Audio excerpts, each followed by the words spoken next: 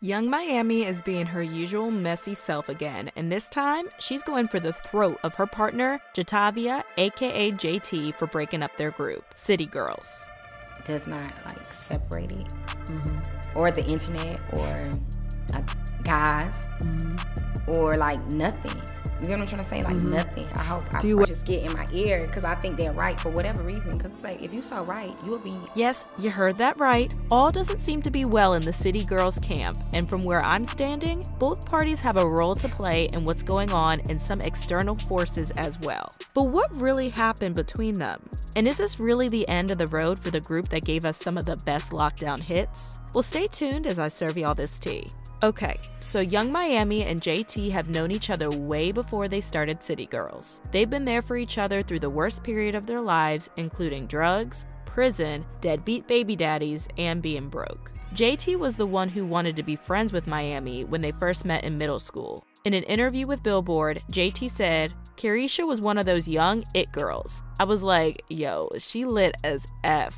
And things between them just naturally progressed into a partnership, and later on, they got signed to Quality Control by P. Now, things really began to take off for them when they featured on Drake's In My Feelings, which was a total bop. And even though the song didn't state their name, everyone was curious about who they were. Shortly after that, JT went to jail. And while she was in there, Miami was paying DJs to play their songs, hustling the night scene to get recognition for their music, which eventually paid off.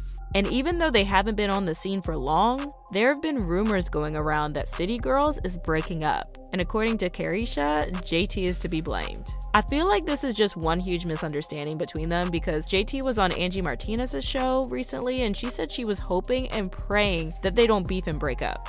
Hopefully, the future of the City Girls can beat the City Girls. And I pray that our egos does not separate it, or the internet, or guys, or nothing. You get what I'm trying to say?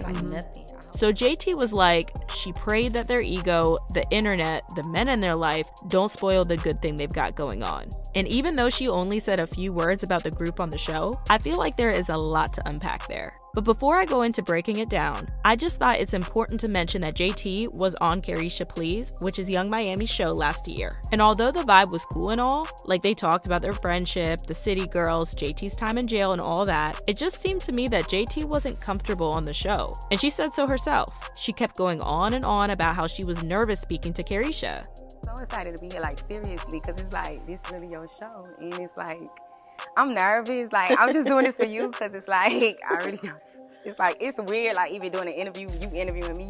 I know, right? It's weird. So also, JT mentioned that she was just doing the interview because of Miami. But then she DM'd Angie Martinez herself and she said she would like to go on the In Real Life podcast. And the way I'm seeing it, she looked super comfortable. She didn't talk about being shy or feeling nervous, and she just freed her mind and kept it real. And I understand that this could be for a couple of reasons, including the fact that Angie is better experienced at making guests on the show feel like that is a safe space to express their feelings. She's just better skilled at interviewing guests.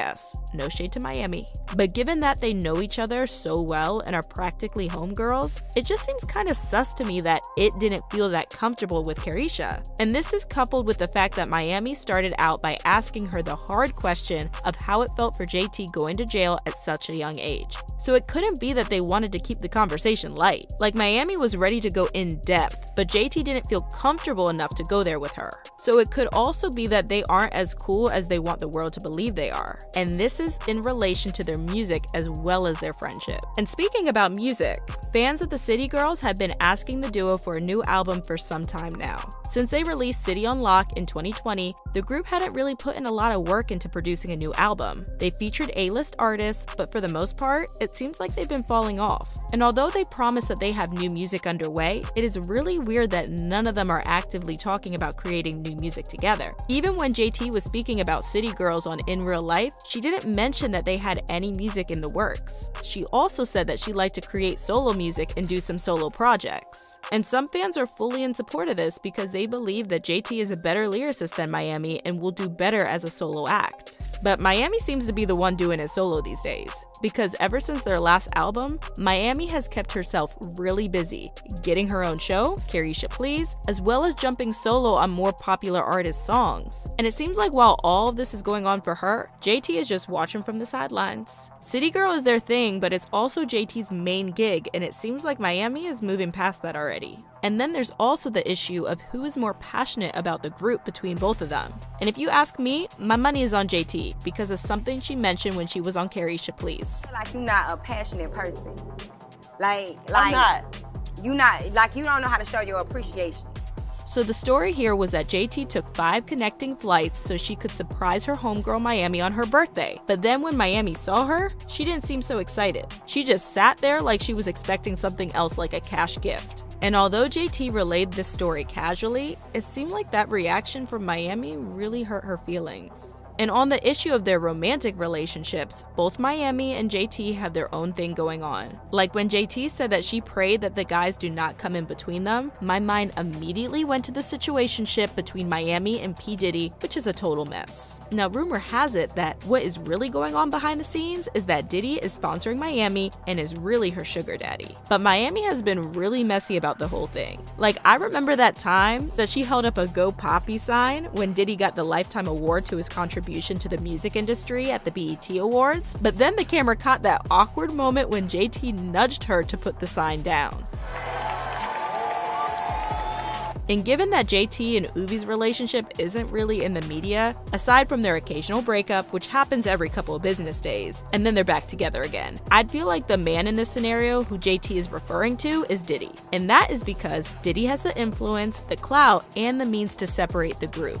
And if he feels like Miami would make more money as a solo act, it's possible that he might have the motive to break them up. And given Miami's disposition to Diddy and how she doesn't mind a walk of shame, I won't be surprised if she's like, okay, yeah, I'm gonna break it up. And I feel it is important to mention how essential Diddy has been to Miami's career. Like, Diddy owns the platform Carisha Please is hosted on, Revolt. Not only that, Carisha Please won the BET Best Hip Hop Platform of the Year award in 2022. And given that this show went up against OG shows like Breakfast Club, Complex, Drink Champs, and NPR Tiny Desk, shows that have more clout and have aired for a longer time, the win had everyone saying that Diddy probably bribed the organizers of the award so Carisha Please could win, cause at the time, her show only had a couple of episodes and couldn't compare to the other shows in this category. Anyway, fans have weighed in on the current affairs in City Girls, and they've been of varying opinions. Like this user who said, "I love their friendship and I think they balance each other. I hate how people try to turn them against each other. It's sad. I totally get Carisha's personality. It's so hard to show emotion,